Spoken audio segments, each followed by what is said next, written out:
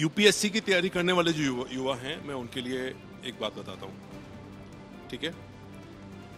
और अगर वो जो युवा हैं उन्होंने मेरी बात मान ली, मैं गारंटी देता हूँ उनका सिलेक्शन कोई रोक नहीं सकता। मतलब सुनने के लिए बेताब बैठी हूँ। ठीक है, गारंटी देता हूँ। इसके लिए आपको कोई कोचिंग, बड़े बड़े टीचर्स, इन सब की जरूरत नहीं है। तो आपका मतलब फर्स्ट अटेम्प्ट में ही निकल गया था, कितना टाइम लगा था? नहीं, मेरा आई वॉज वेरी फॉर्चुनेट कि मेरा फर्स्ट, मैं इसलिए तो कह रहा हूँ कि जो चीज़ मैंने करी है, मेरे पास कोई गाइडेंस नहीं थी, मेरे पास कोई कोचिंग भी नहीं थी। मैं घर पे रह के एक बहुत छोटे से कमरे में रह के पढ़ाई करता था। जहाँ एक इंसिडेंट रहा आपकी लाइफ में जिसकी वजह से आप आईपीएस बने, आपके फादर का किसी ने अपमान किया था, तो जब आपने ठान लिया था, हमने सुना है कि आईपीएस तब बनना है, तो यहाँ पर जब आप आईपीएस बन जाते हैं उस दिन कैसा आपके जो पिताजी हैं उनको महसूस होता है, आपको कैसा गर्व महसूस होता है अपने आप पर, अपनी फैमिली को गौरवान्वित आप कर रहे थे उस वक्त, और वो समय आप याद जब करते होंगे तो आज भी जब सोचते होंगे तो किस तरह का आप फील करते हैं?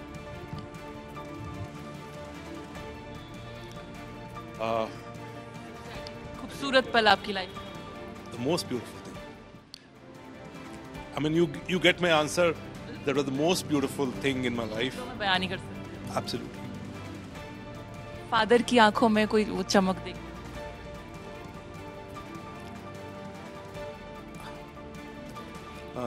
My father is no more. That's why I'm feeling it more now. Dream बड़े आप रखो, but टारगेट छोटे छोटे रखो। एक स्टेप ये पूरा करेंगे तो दूसरा स्टेप। आप मेरी बात समझो, ड्रीम मेरा वो है, लेकिन वहां पहुंचने के लिए जो मेरे टारगेट्स है ना, अचीवेबल टारगेट्स, वो छोटे छोटे होने चाहिए। तो छोटी छोटी स्टेप पे जब आप चलते हैं तो टारगेट के पास पहुंचते हैं, रोज पहुंचते हैं। अब इसमें जरूरत किस चीज की होती है?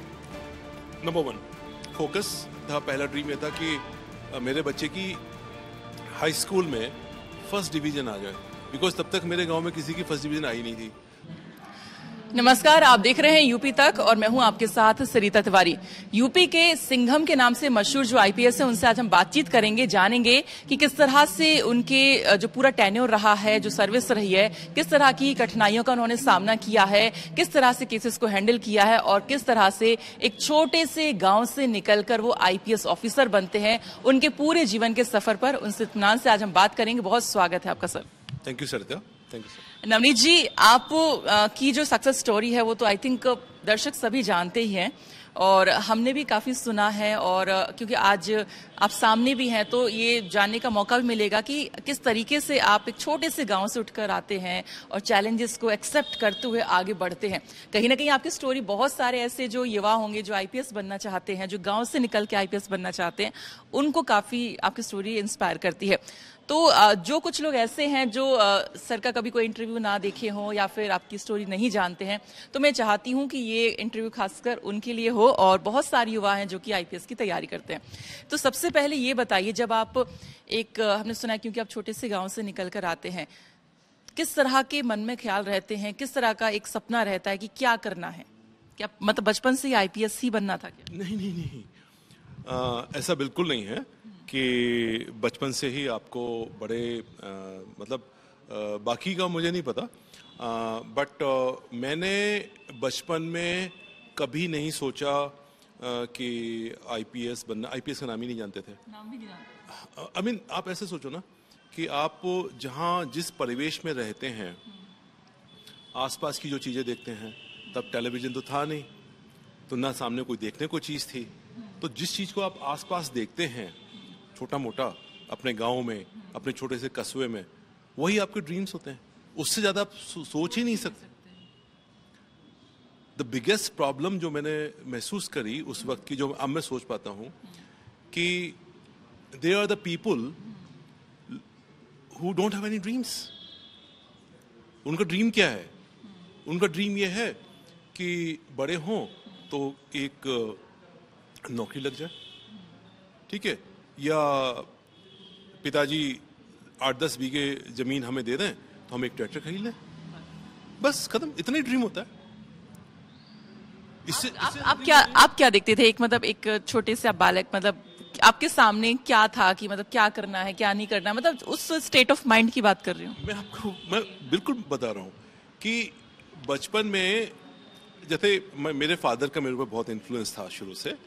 एंड मेरे फादर मेरे गांव के सबसे पहले पढ़े लिखे व्यक्ति थे। और मेरी माँ को अपॉर्चुनिटी नहीं मिली कि वो किसी स्कूल में जा पाए। बट मैं जैसे गुरु पूर्णिमा होती है तो उसमें सबसे बड़ा जो अभिवादन करता हूँ, सबसे पहले अपनी माँ का करता हूँ, उसके बाद अपने पिताजी का करता हूँ, क्योंकि माँ ने जिंदगी का फलसफा सिखाया, जिंदगी जी कैसे जाती है। पिताजी ने जो जो लेटर्स है ना, लेटर्स हैं, एक वर्ड होता है ना इंग्लिश में फ्रेज होता है लेटर्स एंड स्पिरिट, लेटर्स पिताजी ने सिखाए, स्पिरिट माँ ने सिखाई। तो बचपन में ड्रीम्स बहुत बहुत बड़े नहीं थे। फादर क्या करते थे? मेरे फादर जो है शुरुआत में तो गांव में रहे, बाद में एडहॉक पर जो टीचर्स बनते हैं ना, ऐसे ही प्राइवेट स्कूल्स में पढ़ाते हैं जो, वो करीब 8-10 साल उन्होंने वो टीचर पढ़ाए। बाद में गवर्नमेंट में एक पद होता है, डेवलपमेंट में एक छोटा सा पद होता है, अब तो ख़त्म ही हो गया, उस पद पर वो थे। तो उसकी वजह से क्या होता था, हमें थोड़ा सा एक्सपोजर जो है शहर का मिल जाता था। शहर का मतलब बड़े शहर नहीं, छोटे छोटे रूरल डेवलपमेंट वाले जो होते हैं आसपास के। तो वहाँ से मेरे फादर का ड्रीम ये था, पहला ड्रीम ये था कि मेरे बच्चे की हाई स्कूल में फर्स्ट डिवीज़न आ जाए, बिकॉज तब तक मेरे गांव में किसी की फर्स्ट डिवीज़न आई नहीं थी। तो ड्रीम्स छोटे छोटे होते हैं। मेरा पॉइंट क्या है कि ड्रीम्स मतलब एकदम ड्रीम बड़े आप रखो, बट टारगेट छोटे छोटे रखो। एक स्टेप ये पूरा करेंगे तो दूसरा स्टेप, आप मेरी बात समझो। ड्रीम मेरा वो है, लेकिन वहां पहुंचने के लिए जो मेरे टारगेट्स है ना, अचीवेबल टारगेट्स, वो छोटे छोटे होने चाहिए। तो छोटी छोटी स्टेप पे जब आप चलते हैं तो टारगेट के पास पहुंचते हैं, रोज पहुंचते हैं। अब इसमें जरूरत किस चीज की होती है? नंबर 1 फोकस, कि वो टारगेट, वो ड्रीम कभी भी आपके आउट ऑफ फोकस नहीं होना चाहिए। And second most important thing, the discipline. ऐसा नहीं होना चाहिए कि आप एक दिन में तो आप 3 सीढ़ियां चढ़ गए, फिर अगले 1 सप्ताह तक आप कुछ कर ही नहीं रहे हो। डेली चढ़ो, एक चढ़ो डेली, धीमे धीमे। That is discipline. Discipline is the most important thing in somebody's life. अगर कोई बंदा डिसिप्लिन हो जाए, वो कहे मेरे पास टैलेंट नहीं है, मेरे पास रिसोर्सेज नहीं है, मैं कहता हूँ आप डिसिप्लिन हो जाइए, किसी भी चीज़ में हो जाइए। हर चीज़ पीछे चल के आएगी, टैलेंट पीछे चल के आएगा, आपके हुनर पीछे चल के आएगा, रिसोर्सेज पीछे चल के आएंगे। मैं गारंटी देता हूँ इस बात की। अगर आप फोकस्ड हैं तो रिसोर्सेज भी चल के आते हैं आपको सपोर्ट करने के लिए। तो फिर गांव से कैसे मतलब आईपीएस तक का सफर रहा? क्या आपने आगे पढ़ाई की, क्या हुआ पूरा इस बीच? मतलब एक एक करके थोड़ा सा स्टेप बाय स्टेप बताएं। सर, तो इनफैक्ट ये जो आप प्रश्न पूछ रहे हैं, ये मैं इतनी बार इसका आंसर कर चुका हूँ, मुझे लगता है कि क्लिशे लगता है, रिपीटेटिव लगता है, क्योंकि मेरे ख्याल से बहुत लोगों को ये बात पता है, जानते हैं।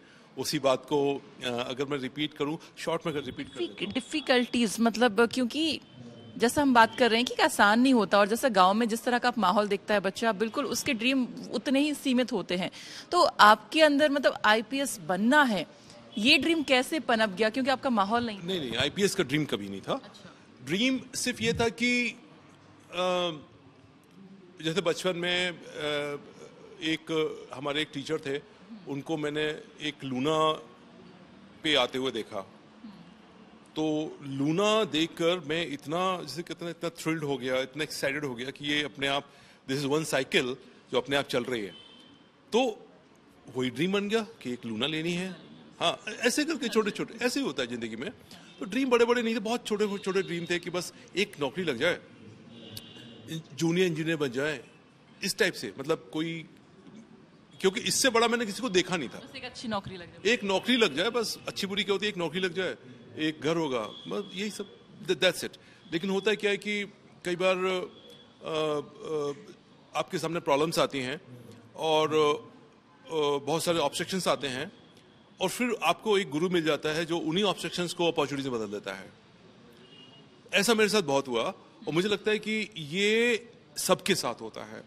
जो लोग थोड़ा सा आगे निकलते हैं, मुझे लगता है वो ये हुनर सीख जाते हैं कि अपने। ये जानना चाहती हूँ क्योंकि जैसा मैंने इंटरव्यू की शुरुआत में कहा था कि बहुत सारे आज युवा हैं जो यूपीएससी की तैयारी करते हैं, लेकिन कई बार होता है जिस तरह से हम देख रहे हैं कि यूपीएससी की जो तैयारी करते हैं किस तरह की दिक्कतें भी होती हैं, दिल्ली में कोचिंग लेना, बाहर से आके वहाँ रहते हैं और फिर एक कंसिस्टेंसी के साथ लगे रहना, क्विट ना करना। तो कभी आपके साथ ऐसा हुआ है कि कोई ऐसा एक मोमेंट आया कि नहीं हो पाएगा, चलो वापस गाँव चलते हैं, या किसी दिन बहुत सैड हो गए हैं? होता है, हर किसी की लाइफ में होता है। मैं आपको बताता हूँ, यूपीएससी की तैयारी करने वाले जो युवा हैं, मैं उनके लिए एक बात बताता हूँ, ठीक है? और अगर वो जो युवा हैं उन्होंने मेरी बात मान ली, मैं गारंटी देता हूँ उनका सिलेक्शन कोई रोक नहीं सकता। मतलब सुनने के लिए बेताब बैठी हूँ, ठीक है? गारंटी देता हूँ। इसके लिए आपको कोई कोचिंग, बड़े बड़े टीचर्स, इन सब की जरूरत नहीं है, ठीक है? आप एक डिसिप्लिन लीजिए अपने अंदर, एक कमिटमेंट करिए अपने आप से, चाहे कुछ हो जाए। 100 पन्ने A4 शीट के डेली भरने हैं मुझे, मैंने करा था। 100 पन्ने भरने हैं तो भरने हैं, चाहे आपके हाथ टूट जाएं, लिखना है 100 पन्ने, ठीक है? एक दिन में मान लो लेट्स से 50 पन्ने ही हो गए, तो अगले दिन 150 पन्ने पूरे करने हैं। वो 100 का क्रम टूटना नहीं है, चाहे कुछ हो जाए, चाहे कुछ हो जाए। आपने भी ऐसे ही तैयारी की? यही किया, मेरा फर्स्ट अटेम्प्ट था और मुझे बिल्कुल सिविल सर्विसेज के बारे में नहीं पता था कि सिविल सर्विसेज क्या होती हैं। मैं आपको एक ऐसी चीज बताता हूं जो शायद मैंने अभी तक नहीं बताई है, वो पहली बार बता रहा हूं कैमरे पर, कि जब कॉन्स्टिट्यूशन ऑफ इंडिया में लेकर आया तो मेरे मन में था कॉन्स्टिट्यूशन ऑफ इंडिया कोई बहुत मोटा किताब होता होगा, क्योंकि कॉन्स्टिट्यूशन के बारे में मुझे पता ही नहीं था। तो डीडी बासु साहब की किताब लेकर आया, तो जब मैंने उसको खोल के देखा तो मैंने सबसे पहले आर्टिकल 302 खोल के देखा। Article 302 is something state centre relationship से कुछ रिलेटेड था। अब मैं सोच रहा हूं कि 302 तो ताजीराते दफा हिंद के तहत जो मर्डर की सजा होती है वो होती है, ये स्टेट रिलेशनशिप क्या होता है? That is my level of beginning, day 1। Meaning भाई मुझे कुछ भी नहीं पता था, मुझे ये भी नहीं पता था कि आईपीसी क्या होती है। बिल्कुल जिसे कहते ना ब्लैंक स्लेट, कोरा कागज, कुछ भी नहीं पता था। लेकिन एक सर थे, उन्होंने मेरे से कहा था कि सिविल सर्विस एग्जामिनेशन जो होता है ना, लोग पढ़ते बहुत हैं, सिलेक्शन नहीं होता। पूछो, उन्होंने पूछा क्यों? क्योंकि सिविल सर्विस एग्जामिनेशन पढ़ाई का नहीं है, एग्जामिनेशन लिखने का है। आप लिखो, पढ़ो मत, लिखो। पढ़ो अगर 1 घंटा तो लिखो 2 घंटा। इफ यू डू दैट, दुनिया की कोई ताकत ऐसी नहीं है कि आपका सिलेक्शन रोक ले। मैं फिर से कह रहा हूं, कैमरे के सामने कह रहा हूं कि अगर 100 पन्ने आप प्रतिदिन लिख सकते हैं लगातार 1 साल तक, दुनिया की कोई ताकत नहीं है जो आपका सिलेक्शन कराने से रोक ले। और 100 पन्ने अगर आप लिखेंगे ना, तो आप देख पाएंगे कि आपके हाथ में गड्ढा पड़ जाएगा, यहाँ पर जहां आप पेन पकड़ते हैं, हाथ की शेप बदल जाएगी। वो जब आप पास हो जाओगे ना, जब आप एफसी करने जाओगे, तब तक वो शेप ऐसी रहेगी, 2-3 महीने लगेंगे वो शेप को वापस आने में। मेरे साथ भी यही हुआ था। तो आपका मतलब फर्स्ट अटेम्प्ट में ही निकल गया था, कितना टाइम लगा था? नहीं, मेरा आई वॉज वेरी फॉर्चुनेट कि मेरा फर्स्ट, मैं इसलिए तो कह रहा हूँ कि जो चीज़ मैंने करी है, मेरे पास कोई गाइडेंस नहीं थी, मेरे पास कोई कोचिंग भी नहीं थी। मैं घर पे रह के एक बहुत छोटे से कमरे में रह के पढ़ाई करता था, जहाँ पे बिजली भी मात्र 8 घंटे के लिए आती थी। गर्मियों की जब प्रीलिम्स होते थे तो पसीने टपक टपक के उस पर गिर जाते थे। एसी वैसी तो कोई ड्रीम की बातें थी, पंखा ही हुआ करता था, एक छोटा सा पंखा सामने होता था। लेकिन पॉइंट ये कि जब तक आप तपोगे नहीं ना, तब तक आप हीरा नहीं बनोगे, कोयले के कोयले रह जाओगे। कोयला से हीरा कैसे बनता है? जब वो हाई प्रेशर में और हाई टेम्परेचर में, बेसिकली जब दबाव बनता है उसके ऊपर, तो हीरा बनना है तो दबाव झेलना सीखो, हीरा बनना है तो तपना सीखो। कहते हैं ना, सूर्य की तरह चमकना है तो उसकी तरह तपना भी पड़ेगा। तपने से घबराना नहीं चाहिए, is a part of the process. कि ईश्वर, ये कायनात आपको कुछ बड़ा करना चाहती है तो आपको परेशान कर रही है, आपको टेस्ट ले रही है, आपको वह प्रेशर बना रही है, तो उसको स्वीकार करना चाहिए तहे दिल से। और हर चीज के लिए ईश्वर को धन्यवाद देना चाहिए, और जो प्रेशर आ रहा है उसके लिए भी धन्यवाद देना चाहिए, क्योंकि ईश्वर ने आपको 2 हाथ दिए, एक बेहतरीन दिमाग लिया है। खत्म करो उस प्रॉब्लम को, वी विल फाइट इट। आपके बारे में अभी मैं थोड़ा सा पढ़ रही थी तो, और कुछ लोग सभी जानते ही हैं कि कहीं ना कहीं एक इंसिडेंट रहा आपकी लाइफ में जिसकी वजह से आप आईपीएस बने। आपके फादर का किसी ने अपमान किया था, तो जब आपने ठान लिया था, हमने सुना है कि आईपीएस तब बनना है, तो यहाँ पर जब आप आईपीएस बन जाते हैं उस दिन कैसा आपके जो पिताजी हैं उनको महसूस होता है, आपको कैसा गर्व महसूस होता है अपने आप पर, अपनी फैमिली को गौरवान्वित आप कर रहे थे उस वक्त, और वो समय आप याद जब करते होंगे तो आज भी जब सोचते होंगे तो किस तरह का आप फील करते हैं?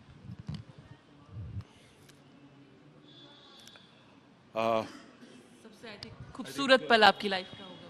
The most beautiful thing. I mean, you get my answer.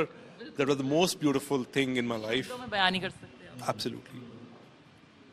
Father की आंखों में कोई वो चमक देख रहे होंगे इस वक्त भी?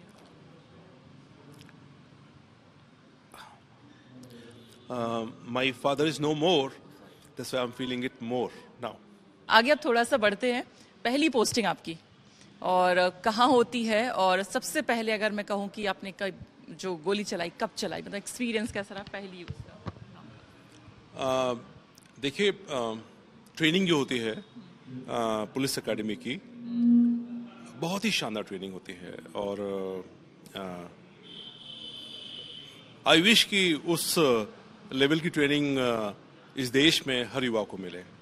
वो आपके अंदर वो जज्बा पैदा करती है, एक जिसे कहते हैं ना कि अनस्टॉपेबल यूथ का जज्बा, कि चाहे कुछ भी हो जाए,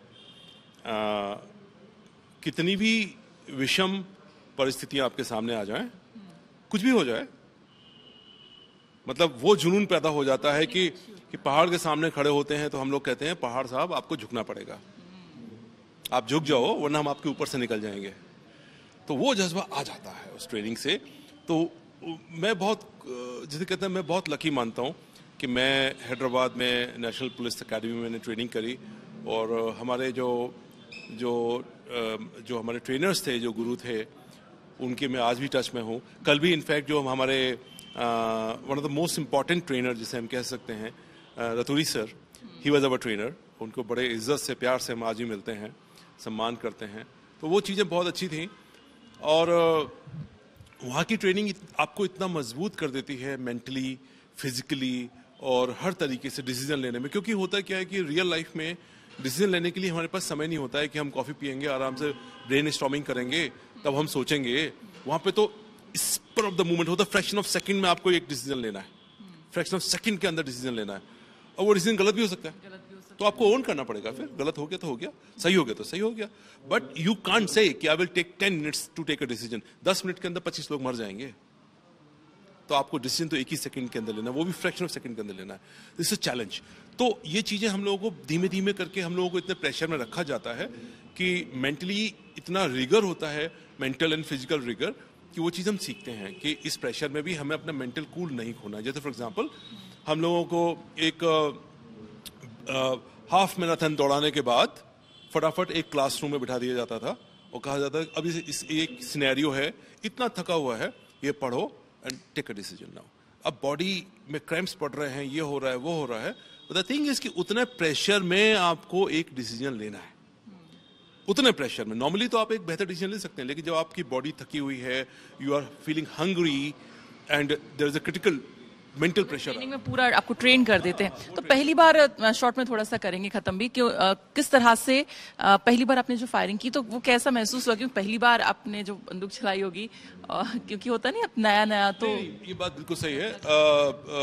जो है मतलब आपका अगर क्वेश्चन का मैं एग्जैक्ट आंसर दूं तो पहली बार फायरिंग तो नेशनल पुलिस एकेडमी में ही करी थी।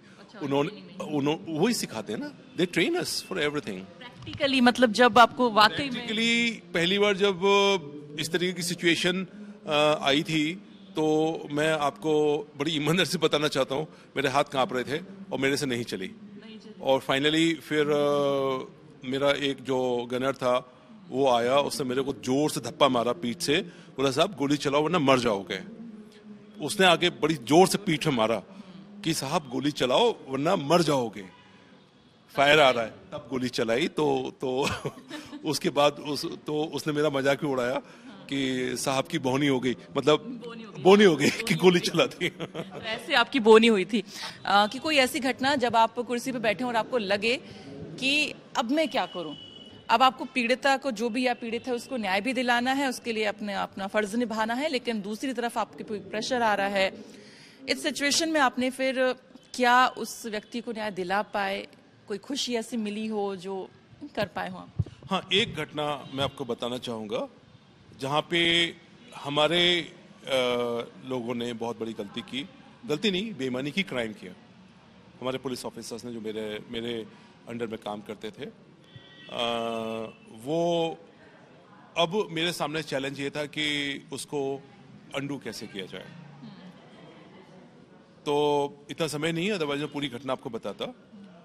उसको अंडू कैसे किया जाए, और अंडू करने का मतलब ये है कि जो मेरे सबॉर्डिनेट हैं, उनके अगेंस्ट भी मुझे फिर एक्शन लेना है।